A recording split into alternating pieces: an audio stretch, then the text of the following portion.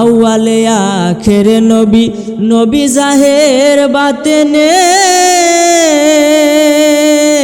ওরে সে নবীর তুলনা হয় না কোনো মানুষের সনে। আউয়ালে আখেরে নবী, নবী জাহের বাতেনে, সে নবীর তুলনা হয় না কোনো মানুষের সনে। সত্যবাণী প্রচার করতে কত যন্ত্রণা পাইলা, লা ইলাহা ইল্লাল্লাহ মুহাম্মদ রাসূলুল্লাহ পড়ি, লা ইলাহা ইল্লাল্লাহ মুহাম্মদ রাসূলুল্লাহ। বলেন না সুবহানাল্লাহ। হযরতে লূত আলাইহিস সালাম যখন ইসলামের দ্বীনের দাওয়াত দিতেন, তখন অধিকাংশ মানুষ খারাপ পথে চলে যাইতো, অনেক খারাপ কাজ করত, এমন খারাপ কাজ করত যেটা মুখে আনাও যাবে না। পুরুষে পুরুষে সঙ্গম করত, নাউজুবিল্লাহ বলে, পুরুষে পুরুষে সঙ্গম করত। আল্লাহ তাআলা সৃষ্টি করেছে নারী, পুরুষ এবং নারীর বিবাহের মাধ্যমে তাদের সংসার করবে, কিন্তু তারা নারীদেরকে অপছন্দ করত, নারীদেরকে দূরে ঠেলায় রাখতো, রাইকা পুরুষের সাথে সম্পর্ক করত। বলেন নাউজুবিল্লাহ। এর মতো বড় পাপ আর কিছু আছে? কঠিন পাপ। তখন লূত আলাইহিস সালাম তাদেরকে মানা করে কিন্তু তারা শুনে না। শেষ পর্যন্ত আল্লাহ রাব্বুল আলামিন গজবের দুইজন ফেরেশতা ওই এলাকার মধ্যে নাজিল করার পরিকল্পনা করতেছে। আল্লাহ রাব্বুল আলামিন জিব্রাইলের মাধ্যমে ঘোষণা করাইয়া দিছে, যাও জিব্রাইল, লূত আলাইহিস সালামের কাছে যাও, গিয়া বলো যে আমি আল্লাহ ওইখানে একটা গজব দিব। এতে কি করে সে যেন কি করে তার যত সাঙ্গপাঙ্গ আছে সবগুলারে নিয়ে যেন সামনের দিকে অগ্রসর হয়। এই এলাকা আমি আর রাখতাম না, এলাকা ধ্বংস করে দেন। কারণ তারা কেউ কথাবার্তা শুনতেছে না, নবীও আর ধৈর্য কোলাইতে পারতেছে না। তখন হযরতে লূত আলাইহিস সালাম আল্লাহর দরবারে প্রার্থনা করে, মাওলা আমার উম্মতের সাজা দিবা, কোনো সমস্যা নাই, কিন্তু আমার যে উম্মত আমার পক্ষ হয়ে গেছে তাদের তুমি কোনো ক্ষতি কইরো না।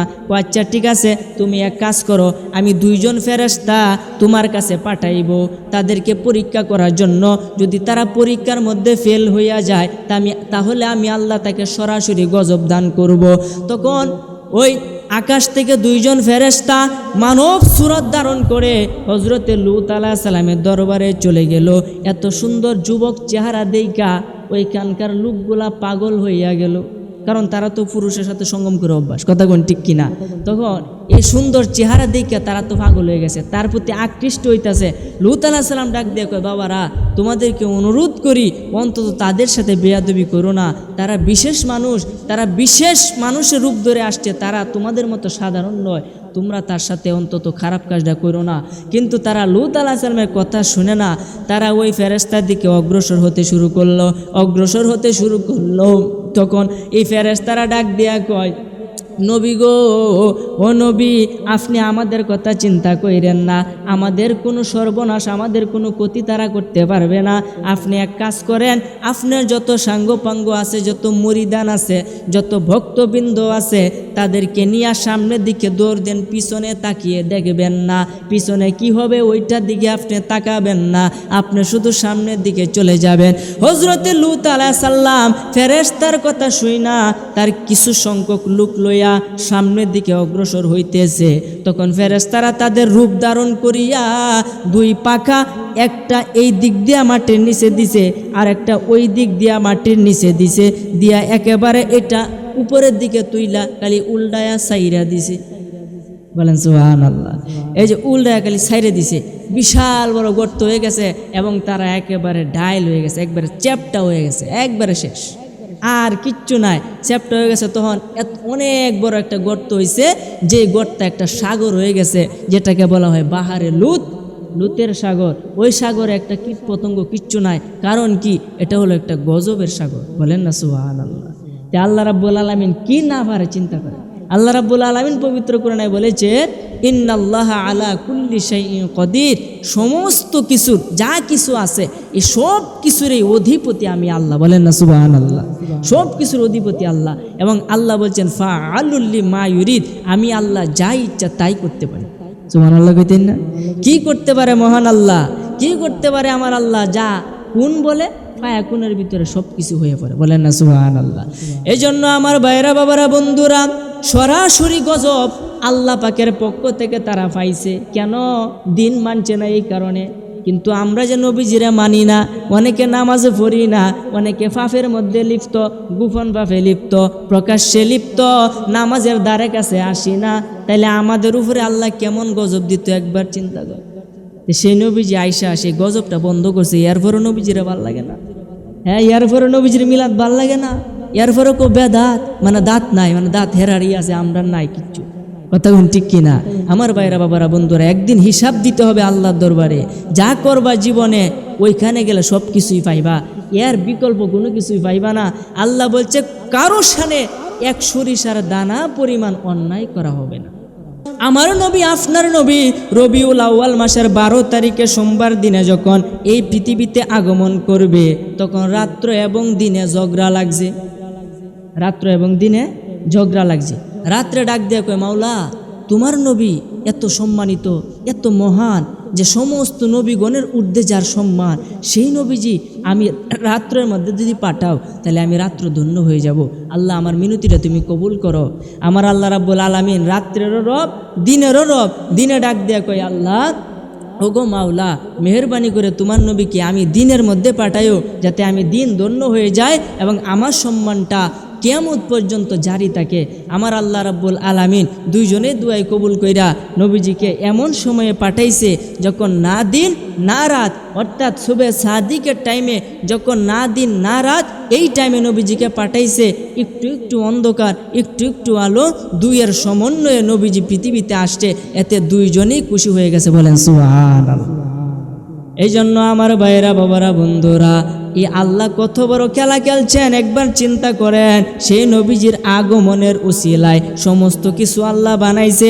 আজকে এই মসজিদে আপনি থাকতে পারতেন না, আজকে ইসলামের ভিতরে এত ফতুয়াবাজি আপনি করতে পারতেন না, আজকে কোরআন শরীফ নিয়ে ভুল ব্যাখ্যা করতে পারতেন না, সঠিক ব্যাখ্যাও করতে পারতেন না, যদি নবীজি আপনি আমার জন্য পৃথিবীতে না আসতেন।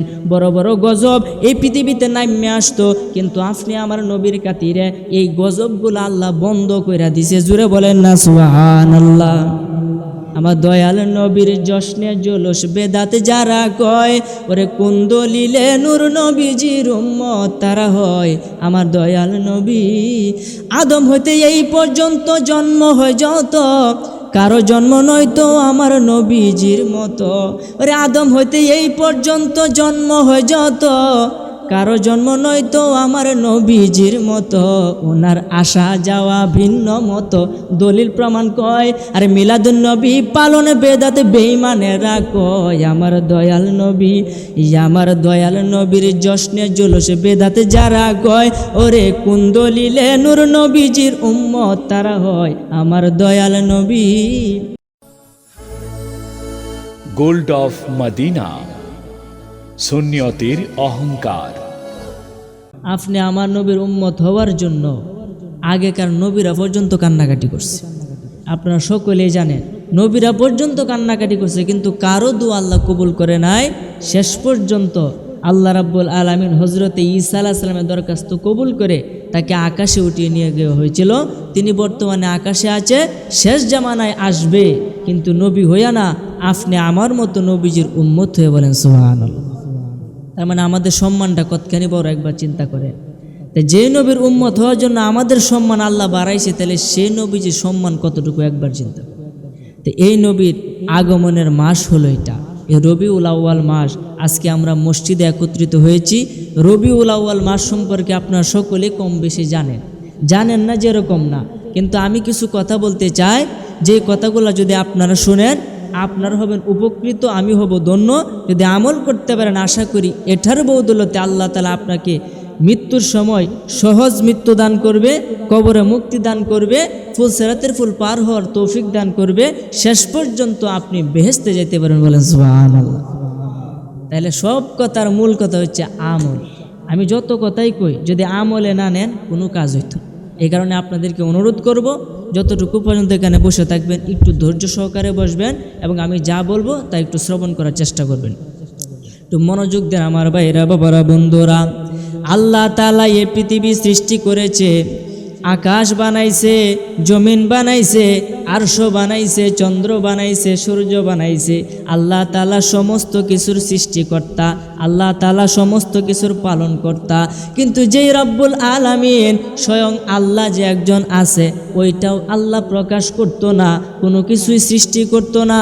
আরশ বানাইতো না, কুরসি বানাইতো না, লৌহ বানাইতো না, কোনো মানুষ বানাইতো না, 18,000 মাখলুকাত, 80,000 আলমের কোনো কিছুই আল্লাহ বানাইতো না, যদি আপনি আমার নবীরে আল্লাহ না বানাইতো। বলেন না সুবহান। তাহলে সেই নবীর আগমনের মাসে আমরা যে একত্রিত হইতে পারছি, এতে কি আমরা কি সৌভাগ্যবান নাকি দুর্ভাগ্যবান? আয় সর্বনা, দয়াল নবী, মায়ার নবী যেই সময় আগমন করছে, আহারে আমি কি কইয়াম, যেই সময় নবী যে আগমন করছে ওই সময় মক্কার অবস্থা তেমন ভালো ছিল না।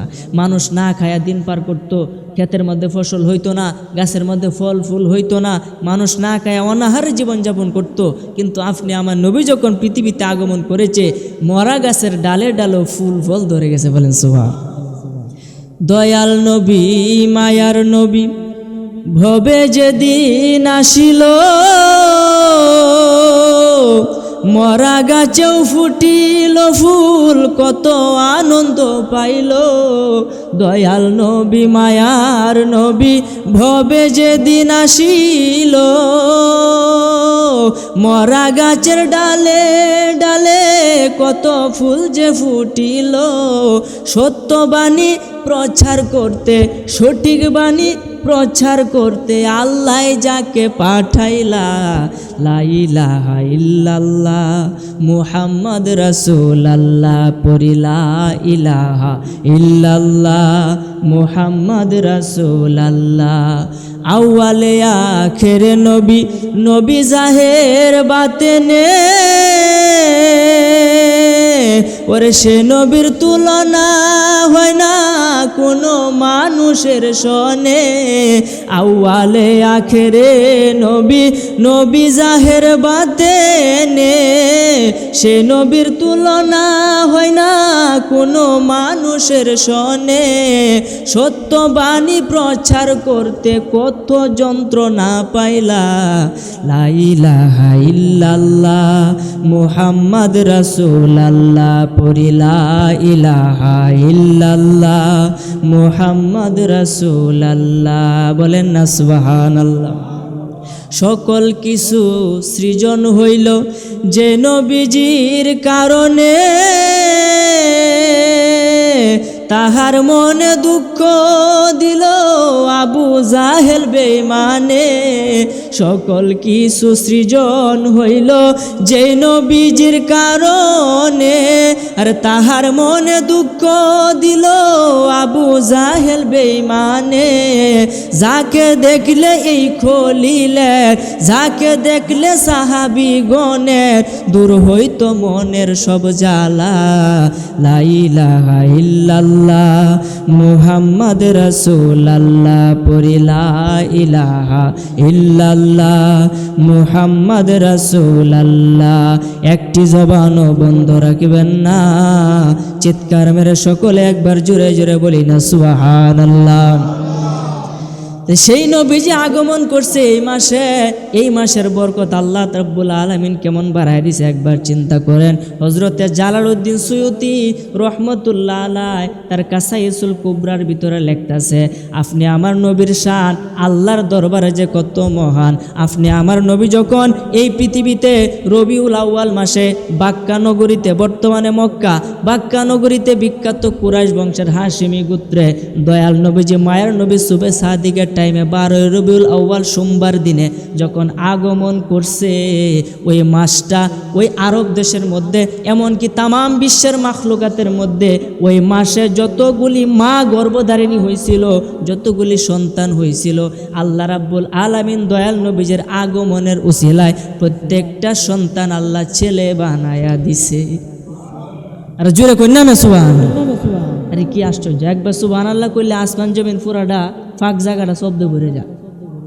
সুবহানাল্লাহ কইলে লস নাই তো। তাহলে যে নবীজির আগমনে আল্লাহ রাব্বুল আলামিন ওই মাসে, ওই বছরে যতগুলি সন্তান হয়েছিল, সমস্ত সন্তানকে আল্লাহ মায়ের গর্ভ থেকে ছেলে বানায় দুনিয়ার মধ্যে পাঠাইছে, একটাও মেয়ে সন্তান হয়েছে। এটা কি দয়াল নবীজির সম্মান আল্লাহর দরবারে কত মহান, চিন্তা করে। এমনকি এই প্রমাণও পাওয়া যায় যে বর্তমান যুগেও রবিউল আউয়াল মাসে যদি কোনো সন্তান হয় অধিকাংশ ছেলে হয়, বলেন সুবহানাল্লাহ। এটা চিন্তা করেন নবীজির শান আল্লাহর দরবারে কত মহান।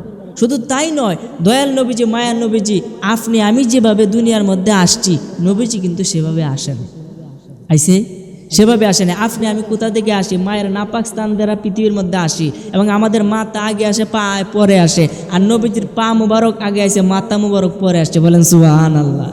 এমনকি দয়াল নবীজি, মায়ার নবীজি, আমারও তো নাপাক স্থান দিয়ে আসি, দয়াল নবীজি মায়ার অপারেশনের মাধ্যমে একটা সাইড দ্বারা তিনি পৃথিবীর মধ্যে আগমন করছে, এবং ওনার কদম মুবারক আগে জমিনের মধ্যে লাগছে, বলেন সুবহানাল্লাহ। তখন আল্লাহ রাব্বুল আলামিন একটা ঘোষণা দিল, ওই দুনিয়ার মানুষ, তোমরা শুনে রাখো আমি আমার নবীকে কতটুকু ভালোবাসি, আমি আমার নবীকে কতটুকু মোহাব্বত করি। যখন নবীজির এই কদম মুবারকটা পৃথিবীর মধ্যে লাগছে, আগেকার নবীর আর উম্মতরা নির্দিষ্ট একটা স্থানের মধ্যে গিয়া নামাজ আদায় করতে হইতো, না হলে নামাজ তাদের হইতো না। এখন আপনি আমার নবীজি যখন পৃথিবীর মধ্যে তার কদম মুবারকটা রাখছে, আমি আল্লাহ রাব্বুল আলামিন সমস্ত পৃথিবীটারে পবিত্র করে আমি মসজিদ বানাই দিলাম, বলেন সুবহান। এলেন নূরের নাবি যখন মক্কা নগরে, এলেন নূরের নাবি যখন মক্কা নগরে, ওরে কালেমা মুখে নিয়া নবী সেজে দাই পরে, আহা কালেমা মুখে নিয়া নবী সেজে দাই পরে, এলেন নূরের নাবি যখন মক্কা নগরে, এলেন নূরের নাবি যখন মক্কা নগরে। দয়াল নবী, মায়ার নবী আসলেন দুনিয়ায়, সারা পৃথিবী আমাদের জন্য মসজিদ হইয়া যায়, সুবহানাল্লাহ। দয়াল নবী, মায়ার নবী আসলেন দুনিয়ায়, সারা পৃথিবী আমাদের জন্য মসজিদ হইয়া যায়। আমি কি বলিব নবীজির শান সবার উপরে, আমি কি বলিব নবীজির শান সবার উপরে, এলেন নূরের নাবি যখন মক্কা নগরে, এলেন নূরের নাবি যখন মক্কা নগরে, আর হাই কালেমা মুখে নিয়া নবী সেজে দাই পরে, কন্যা কালেমা মুখে নিয়া নবী সেজে দাই পরে, এলেন নূরের নাবি যখন মক্কা নগরে। কালমার আগে পরে আল্লাহ মাঝখানে রাসূল, সৃষ্টি কুলে যাহার সাথে নাই রে সমতুল। আছে কেউ সমতুল?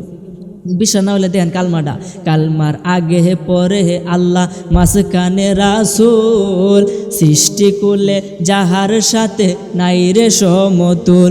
আয় হায় জাতি নূরের জ্যোতি নবী সৃষ্টির উপরে, আহা জাতি নূরের জ্যোতি নবী সৃষ্টির উপরে, এলেন নূরের নাবি যখন মক্কা নগরে, এলেন নূরের নাবি যখন মক্কা নগরে। জোরে জোরে বলেন না সুবহানাল্লাহ। সেই নবীজি এই মাসের 12 তারিখে এই ধরনীতে আগমন করেছে।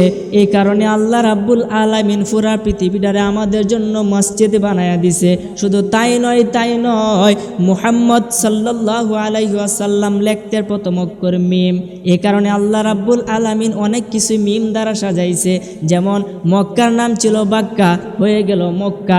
মক্কার প্রথম অক্ষর কিন্তু মিম, ঠিক না বেটি? মক্কার প্রথম অক্ষর কি? মিম। আর মুহাম্মদ সাল্লাল্লাহু আলাইহি সাল্লামের নামের প্রথম অক্ষর কি? মিম।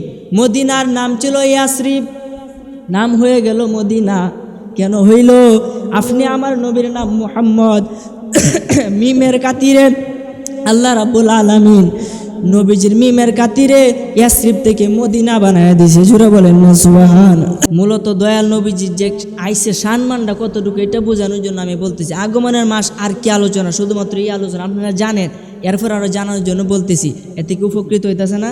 যারা বললে যারা মনে হইতেছে। যাই হোক, দয়াল নবীজি, মায়ার নবীজি এই পৃথিবীতে আগমন করেছে। আল্লাহ রাব্বুল আলামিন ওনার সম্মানটা কত মহান করছে একবার চিন্তা করেন। আচ্ছা, আমরা তো সকলে মারা যাই, আপনারা সকলে জানেন। মারা যাওয়ার পরে কি কবরে প্রশ্ন করে না? হ্যাঁ, কবরে প্রশ্ন করে কিনা? কবরে প্রশ্ন করে, 3টা প্রশ্ন করে। এখন আমার কথা হচ্ছে, প্রশ্ন করার পরে যদি সে প্রশ্নের উত্তর দিতে পারে তাইলে কি কবরটা তার জন্য শান্তি হয়ে পড়ে, কথাটা কিন্তু বুঝার। আর যদি প্রশ্নের উত্তর দিতে না পারে তাহলে এই কবরটা তার জন্য কি হয়? জাহান্নামের গর্ত হয়ে যায়, জাহান্নামের ঘর হয়ে যায়। এর পরে কোটি কোটি লক্ষ লক্ষ বছর যতদিন কবরের ভিতরে থাকবে তাকে পুরাইতেই থাকবে। এরপরে যখন হাসর নাসর হবে তখন আবার মিজান কেন? প্রশ্ন আসে কিনা? কারণ আল্লাহ রাব্বুল আলামিন আগেই জানিয়েছে এই ব্যক্তি ফাফি, এই কারণে শাস্তি হইতেছে। তাহলে আবার মিজান খাড়া কইরা আবার নেকি বদি ওজন কইরা তারে আবার জান্নাত জাহান্নাম নির্ধারণ করার মানে কি? আল্লাহ রাব্বুল আলামিন কি খেলা খেলছে? একবার তো চিন্তা করেন না যে আমরা তো কবরের ভিতরে শাস্তি পাইতাছি, কেলা জান্নাতি কেলা জাহান্নামি আগেই জানিয়েছি, এরপরে আবার মিজান কেন খাড়া করবে? এটাও আমার নবীজি শান, বলেন সুবহানাল্লাহ। আমার নবীজি, আপনার নবীজি নেকের ফাল্লার কাছে দাঁড়ায়া থাকবে। দুনিয়ার ফাল্লা যদি ভারী হয় তাহলে এইটাই ধার্তব্য হয়, মানুষ এইটাই ধরে, যেন্দে ভারী ইমেদে মানুষ ধরে। কিন্তু ওই দিন হাসরের ময়দানে যেন্দে ভারী হবে এদের উল্টাটা হইব। কথাটা মনে বুঝাইতারলাম না? অর্থাৎ আমরা যদি মাফলে যেন্দে ভারী হয়, বাড়িটাই তো আমরা নেই, কথা কোন ঠিক কিনা? বাড়িটা মানে ভালো, মানে এটা অনেক বেশি। কিন্তু হাসরের ময়দানে যদি ভারী হয়, নেকের পাল্লা যদি ভারী হয় তাহলে জাহান্নামে যাবে। আর যদি গুনার পাল্লা ভারী হয় তাহলে জান্নাতে যাবে। এটা কেমনে?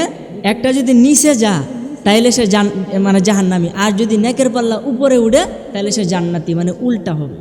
এটা অনেকে জানে না, উল্টা হবে। কেন উল্টা হবে? নবীজি কি করবেন? এই যেন্দে নেক রাখবে ওই পাল্লার কাছে নবীজি দাঁড়ায় থাকবে। যখন দেখবে নবীজির গুনাহগার উম্মত, মুহব্বতের উম্মতের গুনাহগুলি ভারী হয়ে, মানে নেকগুলি ভারী হয়ে যাইতেছে, তখন নবীজি তার শাহাদাত আঙ্গুল দ্বারা এইভাবে একটু উঁচা করে দেয়, এত হয়েছে, বলেন সুবহানাল্লাহ। এই সব কিছু সাহাবীরা দেখবেন, এই সব কিছু পৃথিবীর মানুষেরা দেখবে, এই সব কিছু ফেরেশতারা দেখবে। দেখে আল্লাহর দরবারে নালিশ করবে, মাওলা কি শুরু হইতাছে? এটা তো 2 নাম্বারই কাজ হইয়া যাইতাছে। আমার আল্লাহ একটা ধমক দেয়া বলবে, এই ফেরেশতারা, আমি আল্লাহ কি চোখে দেখি না? আমি আল্লাহ কি কিছুই বুঝি না? আমাকে আবার বলতে হয় কেন?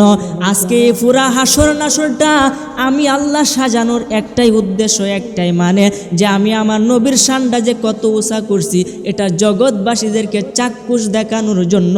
এর জন্য আমার নবীজি যেভাবে কয় তোমরা সেভাবে কাজ করো, বলেন না সুবহান। হ্যাঁ, এই কারণে মিজানের পাল্লাটা কারা করবে?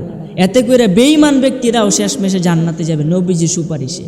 কারা যাবে? যাদের অন্তরে সরিষার দানা পরিমাণ নবীজির মহব্বত আছে, তারাই নবীজি শাফাত করে জান্নাতে নেবে। আর যাদের অন্তরে মহব্বত নাই, বলে মিলাদুন নবী করা যাবে না, জশ্নে জুলুস বেদাত এগুলা করা যাবে না, নবীজিকে তোমারে আমি চিনি না, কারণ তার ভিতরে তো নবীজির মহব্বতই নাই।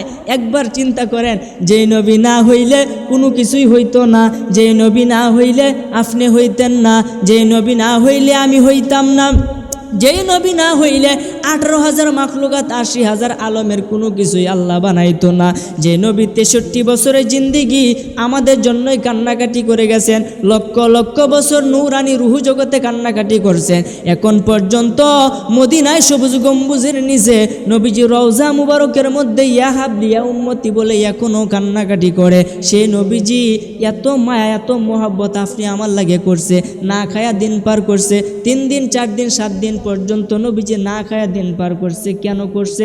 শুধুমাত্র উম্মতের নাজাতের জন্য। আর সে নবীকে ভালোবাসতে তোমার এত দলিল লাগে, কথা কোন ঠিক কিনা? হ্যাঁ, সে নবীকে ভালোবাসতে এত দলিল লাগে, তোমার এত দলিল লাগে। দলিল থাকার পরেও দলিল খুঁজে, তার মানে বোঝা যায় যদি আপনি কোনো অন্যায় করে থাকেন, অন্যায়টা ঢাকার লাগে অনেক কিছু খুঁজেন না, অনেক মিথ্যার আশ্রয় নেয়। কিন্তু যাদের অন্তরে নবীজির মোহব্বত নাই তাদেরকে আপনি যতই বোঝান তারা উল্টা বোঝার চেষ্টা করবে, কথা বলেন ঠিক কিনা? ও উল্টা দলিল দেওয়ার চেষ্টা করেন, তাদের অন্তরে তো নবীজির মোহব্বতই নাই, তাদের কি বুঝবে নবীজির শান? এই জন্য আমার ভাইরা, বাবারা, বন্ধুরা, দয়াল নবীজি, মায়ার নবীজির সম্মান যে আল্লাহর দরবারে কত মহান, সারা রাত্র বললেও এটা শেষ হবে না, কথা বলেন ঠিক কিনা? এই কারণে যারা মিলাদ কিয়াম বেদাত বলে, আমার মতে এরা দয়াল নবীজির উম্মতের ভিতরে পড়ে না। এখন তো জসিম খানে লিখছে যে কি, দয়াল নবীর শুভ আগমন, বেদাত যারা কয় কোন দলিলে নূর নবীজির উম্মত তারা হয় আমার দয়াল নবী। আমার দয়াল নবীর জশ্নে জুলুস বেদাত যারা কয়, ওরে কোন দলিলে নূর নবীজির উম্মত তারা হয় আমার দয়াল নবী। আদম হইতে এই পর্যন্ত জন্ম হয় যত, কারো জন্ম নয়তো আমার নবীজির মতো। ওরে আদম হইতে এই পর্যন্ত জন্ম হয় যত, কারো জন্ম নয়তো আমার নবীজির মতো। ওনার আসা যাওয়া ভিন্ন মতো দলিল প্রমাণ কয়। আর মিলাদুন নবী পালন বেদাত বেঈমানেরা কয় আমার দয়াল নবী। আমার দয়াল নবীর জশ্নে জুলুস বেদাত যারা কয়, ওরে কোন দলিলে নূর নবীজির উম্মত তারা হয় আমার দয়াল নবী। দয়াল নবী কবে কখন দিয়েছে শিক্ষা, দয়াল নবী কবে কখন দিয়েছে শিক্ষা, মাদ্রাসার ছেলেদের দিয়ে করায় ভিক্ষা। ঠিক না বেটি? আর কথা কই না ঠিক না বেটি? মাদ্রাসার না দেব রাস্তার মধ্যে কালেকশন করা, এনে দেও হেঁটে দেও, আল্লাহ রাস্তায় দান করো, আল্লাহর হস্তে দেও। আরে আল্লাহর হস্তে দেও, ওই যে কো আল্লাহর হস্তে দেও, আল্লাহ কি টিহা খায় নাকি? হ্যাঁ, তোমার মুক্তির জন্য তুমি টাকা দাও, তোমার মুক্তি হবে এটা দিলে, আল্লাহ খাইতো না। কথা বলেন ঠিক কিনা? তুমি যদি মন থেকে দেও, দিল থেকে দেও, আল্লাহ খুশি হয়ে যাবে। এখন এই যে মিলাদুন্নবী বেদাত কয়, এই বেদাত কয়, ওই বেদাত কয়, এই যে টিহা তুলে কালেকশন করে চামড়ার টাকা ফেতরার টাকা এগুলা যে খায়, এগুলা কি বেদাত না? কথা বলেন ঠিক কিনা? কোরআন মাজিদে আগে হরকত ছিল না, নক্তা ছিল না, এরপরে এগুলা হয়েছে নবীর পরে যা হয় তাই যদি বেদাত হয়, এই কোরআন পড়াও তো বেদাত। কথা বলেন ঠিক কিনা? এই মসজিদে টাইস ছিল না, মসজিদে মাইক ছিল না, ফ্যান ছিল না, লাইটিং ছিল না, কোনো কিছুই ছিল না নবীর যুগে। তাহলে এখন এই যুগে এটা হইতেছে, তার মানে এটাও তো বেদাত। সব বেদাতেই যে খারাপ এটা না, বেদাত হচ্ছে দুই প্রকার বুঝতে হবে। একটা হচ্ছে বেদাতে হাসানা, আরেকটা হচ্ছে বেদাতে সাইয়্যিয়া। হাসানা মানে উত্তম বেদাত, আর সাইয়্যিয়া মানে খারাপ, মানে যেটা করা যাবে না। কথা বলেন ঠিক কিনা? এই জন্য আমার ভাইরা বাবারা বন্ধুরা, সব বেদাত ধাতব্য নয়। দয়াল নবীজির আগমনে খুশি হওয়া, উল্লাস করা, এটা হলো ইমানদারের পরিচায়ক। এই জন্য আমার ভাইরা বাবারা বন্ধুরা মনোযোগ দেন, কথা বলবেন না। আমার নবী আপনার নবী রবিউল আউয়াল মাসের 12 তারিখে সোমবার দিনে যখন এই পৃথিবীতে আগমন করবে, তখন রাত্র এবং দিনে ঝগড়া লাগছে। রাত্র এবং দিনে ঝগড়া লাগছে। রাত্রে ডাক দিয়ে কয়, মাওলা তোমার নবী এত সম্মানিত, এত মহান, যে সমস্ত নবীগণের ঊর্ধ্বে যার সম্মান, সেই নবীজি আমি রাত্রের মধ্যে যদি পাঠাও তাহলে আমি রাত্র ধন্য হয়ে যাব। আল্লাহ আমার মিনতিটা তুমি কবুল করো।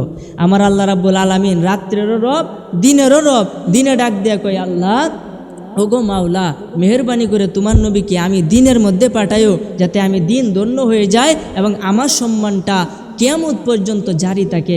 আমার আল্লাহ রাব্বুল আলামিন দুইজনে দুয়াই কবুল কইরা নবীজিকে এমন সময়ে পাঠাইছে যখন না দিন না রাত, অর্থাৎ সুবে সাদিকের টাইমে, যখন না দিন না রাত, এই টাইমে নবীজিকে পাঠাইছে। একটু একটু অন্ধকার, একটু একটু আলো, দুইয়ের সমন্বয়ে নবীজি পৃথিবীতে আসছে। এতে দুইজনেই খুশি হয়ে গেছে, বলেন সুবহানাল্লাহ। এই জন্য আমার ভাইরা বাবারা বন্ধুরা, এই আল্লাহ কত বড় খেলা খেলছেন একবার চিন্তা করেন। সেই নবীজির আগমনের উসিলায় সমস্ত কিছু আল্লাহ বানাইছে।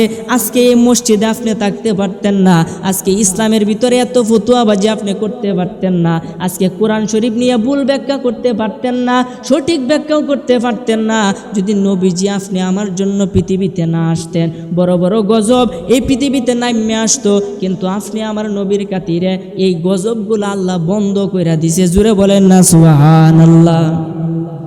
একটা গজবের কথা কই, এটা বইলাই আমি আলোচনা সংক্ষিপ্ত করবো ইনশাল্লাহ। একটা গজবের কথা, যে আগের নবীরা যুগে দেখেন সরাসরি গজব নামতো, কিন্তু আপনি আমার নবী যখন পৃথিবীতে আসছে তখন কিন্তু সরাসরি গজব নামে নাই। মাঝে মাঝে ঝড় তুফান হয়, আল্লাহ রাব্বুল আলামিনের কথা নবীর সাথে হয়ে গেছে অলরেডি, যে মাঝে মাঝে ঝড় তুফান দেন তোমার বান্দা, তোমার উম্মতের ভিতরে যেন আমি আল্লাহর ভয়টা কাজ করে, যে আল্লাহ একজন আছে। এই কারণে আমি ঝড় তুফান দেন। একদিনকার ঘটনা, হজরতে লূত আলাইহিস সালাম আল্লাহর একজন পয়গম্বর ছিল, নাম শুনছেন না? লূত আলাইহিস সালাম নাম শুনছেন না? এই লূত আলাইহিস সালাম আল্লাহর একজন পয়গম্বর ছিল। ওই লূতে যখন ইসলাম প্রচার করত, তখন কিছু মানুষ, কম সংখ্যক মানুষ তার ধর্মের ভিতরে দাখিল হয়েছে, আর অধিকাংশই মানুষ বিপদে চলে গেছে। একবার একটু মনোযোগ দেন। হজরতে লূত আলাইহিস সালাম যখন ইসলামের দ্বীনের দাওয়াত দিতেন, তখন অধিকাংশ মানুষ খারাপ পথে চলে যাইতো, অনেক খারাপ কাজ করত, এমন খারাপ কাজ করত যেটা মুখে আনাও যাবে না। পুরুষে সঙ্গম করত, নাউজুবিল্লাহ বলে, পুরুষে সঙ্গম করত। আল্লাহ তাআলা সৃষ্টি করেছে নারী, পুরুষ এবং নারীর বিবাহের মাধ্যমে তাদের সংসার করবে, কিন্তু তারা নারীদেরকে অপছন্দ করত, নারীদেরকে দূরে ঠেলায় রাখতো, রাইকা পুরুষের সাথে সম্পর্ক করত। বলেন নাউজুবিল্লাহ। এর মতো বড় পাপ আর কিছু আছে? কঠিন পাপ। তখন লূত আলাইহিস সালাম তাদেরকে মানা করে কিন্তু তারা শুনে না। শেষ পর্যন্ত আল্লাহ রাব্বুল আলামিন গজবের 2জন ফেরেশতা ওই এলাকার মধ্যে নাজিল করার পরিকল্পনা করতেছে। আল্লাহ রাব্বুল আলামিন জিব্রাইলের মাধ্যমে ঘোষণা করাইয়া দিছে, যাও জিব্রাইল, লূত আলাইহিস সালামের কাছে যাও, গিয়া বলো যে আমি আল্লাহ ওইখানে একটা গজব দিব। এতে কি করে সে যেন কি করে তার যত সাঙ্গপাঙ্গ আছে সবগুলারে নিয়ে যেন সামনের দিকে অগ্রসর হয়। এই এলাকা আমি আর রাখতাম না, এলাকা ধ্বংস করে দেন। কারণ তারা কেউ কথাবার্তা শুনতেছে না, নবীও আর ধৈর্য কোলাইতে পারতেছে না। তখন হযরতে লূত আলাইহিস সালাম আল্লাহর দরবারে প্রার্থনা করে, মাওলা আমার উম্মতের সাজা দিবা, কোনো সমস্যা নাই, কিন্তু আমার যে উম্মত আমার পক্ষ হয়ে গেছে তাদের তুমি কোনো ক্ষতি কইরো না। আচ্ছা ঠিক আছে, তুমি এক কাজ করো, আমি 2জন ফেরেশতা তোমার কাছে পাঠাইব তাদেরকে পরীক্ষা করার জন্য। যদি তারা পরীক্ষার মধ্যে ফেল হইয়া যায় তাহলে আমি আল্লাহ তাকে সরাসরি গজব দান করব। তখন ওই আকাশ থেকে 2জন ফেরেশতা মানব সুরত ধারণ করে হযরতে লূত আলাইহিস সালামের দরবারে চলে গেল। এত সুন্দর যুবক চেহারা দেইখা ওইখানকার লোকগুলা পাগল হইয়া গেল, কারণ তারা তো পুরুষের সাথে সঙ্গম করে অভ্যাস, কথা কোন ঠিক কিনা। তখন এই সুন্দর চেহারা দেখে তারা তো পাগল হয়ে গেছে, তার প্রতি আকৃষ্ট হইতাছে। লূত আলাইহিস সালাম ডাক দিয়ে কয়, বাবারা তোমাদেরকে অনুরোধ করি অন্তত তাদের সাথে বেয়াদবি করো না, তারা বিশেষ মানুষের রূপ ধরে আসছে, তারা তোমাদের মতো সাধারণ নয়, তোমরা তার সাথে অন্তত খারাপ কাজটা করো না। কিন্তু তারা লূত আলাইহিস সালামের কথা শুনে না, তারা ওই ফেরেশতার দিকে অগ্রসর হতে শুরু করলো। তখন এই ফেরেশতারা ডাক দিয়া কয়, নবী গো, ও নবী, আপনি আমাদের কথা চিন্তা কইরেন না, আমাদের কোনো সর্বনাশ, আমাদের কোনো ক্ষতি তারা করতে পারবে না। আপনি এক কাজ করেন, আপনার যত সাঙ্গপাঙ্গ আছে, যত মুরিদান আছে, যত ভক্তবৃন্দ আছে, তাদেরকে নিয়ে সামনের দিকে দৌড় দেন, পিছনে তাকিয়ে দেখবেন না। পিছনে কি হবে ওইটার দিকে আপনি তাকাবেন না, আপনি শুধু সামনের দিকে চলে যাবেন। হযরতে লূত আলাইহিস সালাম ফেরেশতার কথা শুই না তার কিছু সংখ্যক লোক লইয়া সামনের দিকে অগ্রসর হইতেছে।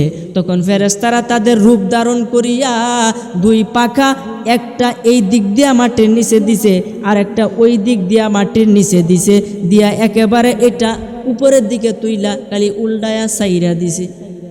বলেন সুবহানাল্লাহ।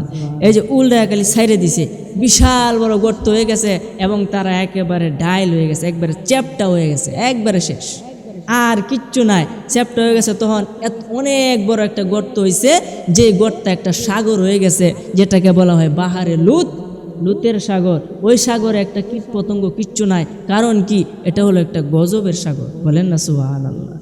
আল্লাহ রাব্বুল আলামিন কি না পারে চিন্তা করে। আল্লাহ রাব্বুল আলামিন পবিত্র কোরআনে বলেছে, ইন্নাল্লাহা আলা কুল্লি শাইইন কদির, সমস্ত কিছুর যা কিছু আছে এই সব কিছুর অধিপতি আমি আল্লাহ। বলেন না সুবহানাল্লাহ। সব কিছুর অধিপতি আল্লাহ, এবং আল্লাহ বলছেন ফাআলুল লিমা ইউরিদ, আমি আল্লাহ যা ইচ্ছা তাই করতে পারি। সুবহানাল্লাহ কইতেন না? কি করতে পারে মহান আল্লাহ, কি করতে পারে আমার আল্লাহ, যা কোন বলে ফায়াকুনের ভিতরে সব কিছু হয়ে পড়ে। বলেন না সুবহানাল্লাহ। এই জন্য আমার ভাইরা, বাবারা, বন্ধুরা, সরাসরি গজব আল্লাহ পাকের পক্ষ থেকে তারা পাইছে। কেন? দিন মানছে না এই কারণে। কিন্তু আমরা যে নবীজিরা মানি না, অনেকে নামাজে পড়ি না, অনেকে পাপের মধ্যে লিপ্ত, গোপন পাপে লিপ্ত, প্রকাশ্যে লিপ্ত, নামাজের দ্বারে কাছে আসি না, তাইলে আমাদের উপরে আল্লাহ কেমন গজব দিত একবার চিন্তা কর। সেই নবীজি আইসা সেই গজবটা বন্ধ করছে, এরপরও নবীজিরা ভাল লাগে না। হ্যাঁ, এরপরও নবীজির মিলাদ ভাল লাগে না, এরপরও কো বেদাত, মানে দাঁত নাই, মানে দাঁত হেরারি আছে, আমরা নাই কিচ্ছু।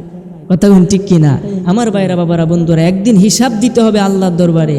যা করবা জীবনে ওইখানে গেলে সব কিছুই পাইবা, এর বিকল্প কোনো কিছুই পাইবা না। আল্লাহ বলছে কারো সামনে এক সরিষার দানা পরিমাণ অন্যায় করা হবে না। তুমি যা করবা তুমি তাই পাইবা। এই কারণে যখন এই কওমে লুত কি কই, কওমে লুত না একটা সম্প্রদায় আছে, এই সম্প্রদায় হচ্ছে নামটা মনে আসছে না, এই সম্প্রদায়ের লোক এক একজন ছিল আপনার 80 মণ 90 মণ ওজন। কি মনে করেন বেড়াইন কতখানি বড়? 80 মণ 90 মণ ওজন ছিল এক একজন লোকেই। তাইলে তারা কত বড় ছিল একবার চিন্তা করেন।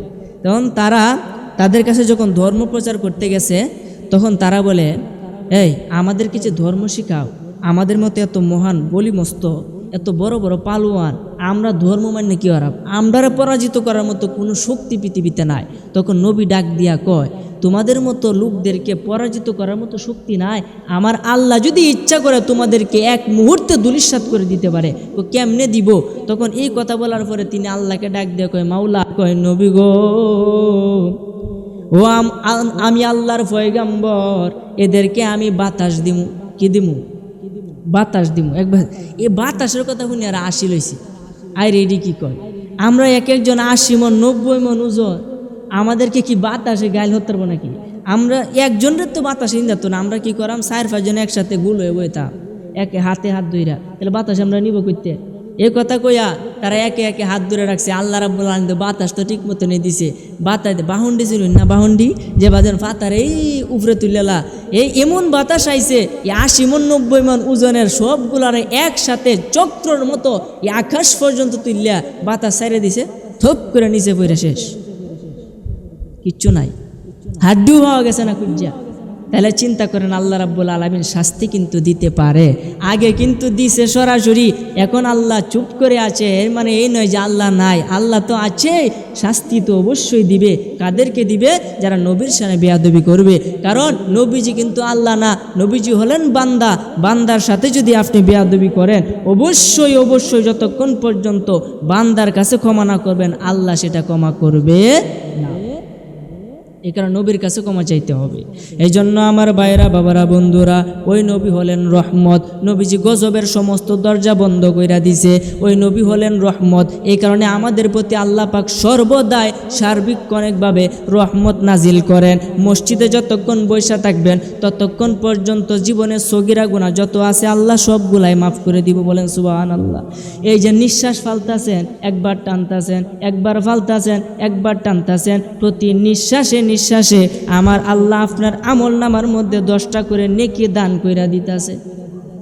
শুধু তাই নয়, যতক্ষণ বসে থাকবেন, নবীজি বলেছেন যদি কোনো মিলাদ মাহফিলে অল্পক্ষণ কোনো মানুষ বসে থাকে তাহলে তার আমল নামার মধ্যে 60 বছর একটানা নফল ইবাদত করলে যে সব হইতো, একটানা 60 বছর কোনো খাওয়া দাওয়া নাই, কোনো ঘুম নাই, কোনো কিছু নাই, শুধুমাত্র রাত দিন 24 ঘন্টায় নফল ইবাদত, এইভাবে করতে করতে করতে করতে কোনো মানুষ যদি 60 বছর একটানা নফল ইবাদত করে যে সব হইতো, এই অল্পক্ষণ মসজিদের ভিতরে মিলাদ মাহফিলে বা কোনো জলসার মধ্যে বসে থাকলে আমি আল্লাহ রাব্বুল আলামিন খুশি হইয়া সে 60 বছর নফল ইবাদতের বন্দিকে আমি তার আমল নামার মধ্যে দান কইরা দেই। তাহলে আমরা যে বইয়ে রয়েছি এতে কি লাভ না লস? হ্যাঁ, এই লাভটা কি নবীজি না আইলে ভাইলাম হইলে? হ্যাঁ, নবীজি আইসে বলেই তো লাভটা আমাদের হইতেছে, কথা কোন ঠিক কিনা? এই কারণে আমার সব কথার শেষ কথা, মূল কথা, সেই নবীজি এই 12ই রবিউল আউয়াল সোমবার দিনে সুবে সাদিকের টাইমে পৃথিবীতে আসছে, এটাই হলো সহি এবং জমহুর উলামায়ে কেরামের মত। ওই দিন আমরা কি করব? জশ্নে জুলুস করব, নবীজির আগমনে খুশি করব। কেননা পবিত্র কোরআনে আল্লাহ তাআলা বলেছেন, তোমরা আল্লাহ পাকের পক্ষ হইতে রহমত পাইয়া, বরকত পাইয়া, ফজল পাইয়া তোমরা কি করো? খুশি উদযাপন করো, আনন্দ করো, তোমরা কি করো? উল্লাস করো। তা যে নবী না হইলে ঈদুল ফিতর হইতো না, ঈদুল আজহা কিছুই হইতো না। তো সে নবীজি কি আইসে, এটা কি বড় ঈদ না? আমাদের জন্য বড় ঈদ। এই কারণে আমি অনুরোধ করব, আপনারা যারা আছেন ইনশাল্লাহ, অবশ্যই ইনশাল্লাহ আমরা কি করবেন? জশ্নে জুলুস মিলাদুন নবী আমরা করব ইনশাল্লাহ। তো আল্লাহ রাব্বুল আলামিন যেন আপনাকে, আমাকে, সকলকে সঠিক ইমানি বুঝ দান করে, বলেন আমিন। হাদা ওয়া আখিরি দাওয়ানা আনিল হামদুলিল্লাহি রাব্বিল আলামিন। আমি অসুস্থ, আমি বেশি কথা বলবো না। আমার এই যে মিডিয়া ভাইদের জন্য, ওরা অনেক কষ্ট করতেছে, ইসলামের জন্য তারা অনেক কষ্ট করে, প্রচার করে, তাদের জন্য দোয়া করবেন। তাদের জন্য মূলত আমার আলোচনা করা, না হলে যে মেহমানরা ছিল, হুজুর আছে, মুফতি সাহেব আছে, ওনারা কিন্তু আলোচনা করবে এবং এটার পরিসমাপ্তি করবে। আমি এই মুহূর্তে দাওয়াত ইসলামীর আলেম সাহেবকে কিছু কথা বলার পরে আমাদের মুফতি সাহেব তিনি আলোচনা করে এবং মিলাদ মাহফিল করে ইনশাল্লাহ মোনাজাত করবেন, এই আশা আমি ব্যক্ত করছি। এবং সকলের কাছে আমি কথা বলতে গেলে অবশ্যই ভুল ত্রুটি হতে পারে, আমি ভুলগুলি ক্ষমা প্রার্থনা করছি। এবং সকলে আমার জন্য দোয়া করবেন, আল্লাহ রাব্বুল আলামিন যেন আপনাকে আমাকে সঠিক ইমানি বুঝদান করে, বলেন আমিন। গজল, যাই হোক, একটা গজলের আবৃত্তি করছে, কয়ে বেলায়, যাই হোক। আজ কেন পৃথিবীটা লাগে এত সুন্দর, আজ কেন পৃথিবীটা লাগে এত সুন্দর, সে কোন রূপকারে সাজালো এ চরাচর, সে কোন রূপকারে সাজালো এ চরাচর। আজ কেন পৃথিবীটা লাগে এত সুন্দর, আজ কেন পৃথিবীটা লাগে এত সুন্দর, সে কোন রূপকারে সাজালো এ চরাচর, সে কোন রূপকারে সাজালো এ চরাচর। উল্লাস করে আজ সাহারার লোহাওয়ায় ফুরাতের জলরাশি কুলে কুলে উচলায়, কুলে কুলে উচলায়, কুলে কুলে উচলায়। পর্বত চূড়া হতে নেমে আসে নির্ঝরে, সে কোন রূপকারে সাজালো এ চরাচরে, সে কোন রূপকারে সাজালো এ চরাচর। আজ কেন পৃথিবীটা লাগে এত সুন্দর, আজ কেন পৃথিবীটা লাগে এত সুন্দর, সে কোন রূপকারে সাজালো এ চরাচর, সে কোন রূপকারে সাজালো এ। বাগানে ফুটে ফুল করে পাখি কলরব, সবখানে কেন এত আয়োজন উৎসব, আয়োজন উৎসব, আয়োজন উৎসব। গুঞ্জনে মুখরিত গোটা মোর প্রান্তরে, সে কোন রূপকারে সাজালো এ চরাচর, সে কোন রূপকারে সাজালো এ চরাচর। অগণিত ফেরেশতারা সেরে সাত আসমান, পৃথিবীতে নেমে এসে গাহে কার গুণগান, গাহে কার গুণগান, গাহে কার গুণগান। করে সবে জয় ধ্বনি আল্লাহু আকবার, সে কোন রূপকারে সাজালো এ চরাচর, সে কোন রূপকারে সাজালো এ চরাচর। আজ কেন পৃথিবীটা লাগে এত সুন্দর, আজ কেন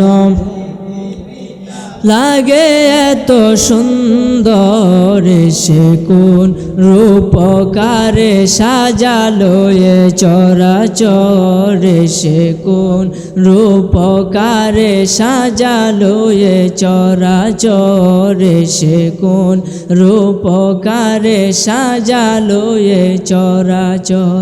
চারে সাজালো এ চরাচর, সে কোন রূপকারে সাজালো এ চরাচর, সে কোন রূপকারে সাজালো এ চরাচর। আসসালামু আলাইকুম ওয়া রাহমাতুল্লাহি ওয়া বারাকাতুহু।